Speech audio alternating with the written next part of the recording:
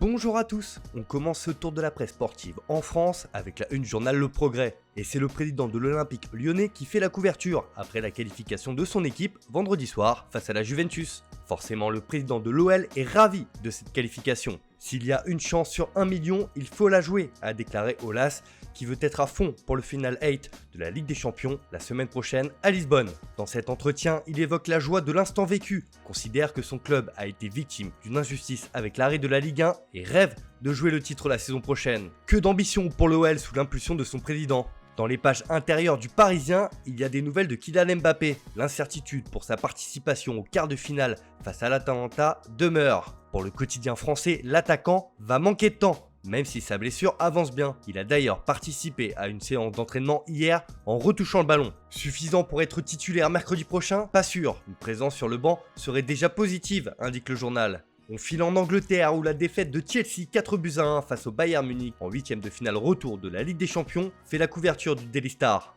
Et c'est Frank Lampard qui est sur la une. Chelsea n'a pas réussi l'exploit de remonter la défaite du match aller et repart de Munich avec une nouvelle valise. De son côté, le Bayern retrouvera le FC Barcelone à Lisbonne. Mais le tabloïd anglais s'intéresse au futur de la Premier League et selon lui, avec des coachs comme Pep Guardiola et l'ambition retrouvée de Manchester United avec Ole Gunnar Solskjaer, l'avenir s'annonce radieux. L'entraîneur des Red Devils veut soulever un trophée avec United et c'est un rêve devenu réalité. De son côté, Pep Guardiola estime que son héritage à City est grand, même sans la Ligue des Champions. L'Espagnol garde tout de même ses chances de remporter la coupe aux grandes oreilles dès cette saison, après avoir éliminé le Real Madrid en 8ème de finale.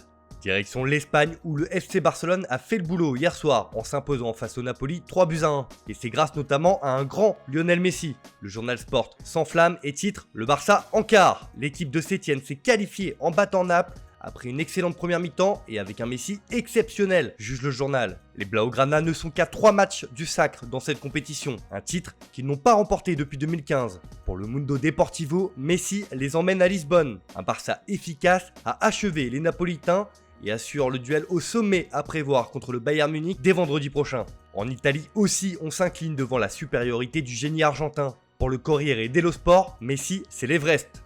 On reste dans la péninsule ibérique où la défaite et l'élimination du Real Madrid vendredi contre Manchester City fait encore couler beaucoup d'encre. Dans son édition du jour, le journal AS pointe les décisions de Zinedine Zidane sur cette rencontre. Les leçons d'une nuit à oublier. Le quotidien remet en question le choix de titulariser Eden Hazard qui était hors de forme. Celui de laisser Vinicius Junior sur le banc toute la rencontre. Madrid n'a pas réussi à surmonter la forte pression qui a causé les erreurs de Varane. Le Français n'est pas le seul responsable de cette défaite et son entraîneur a également des torts. Par exemple, la combativité de Federico Valverde a manqué. L'Uruguayen n'est entré en jeu qu'à la 83e minute, ce qui interroge fortement le journal AS. Pour sa première élimination en Ligue des Champions à la tête du Real, Zidane devra tirer les leçons de cette défaite.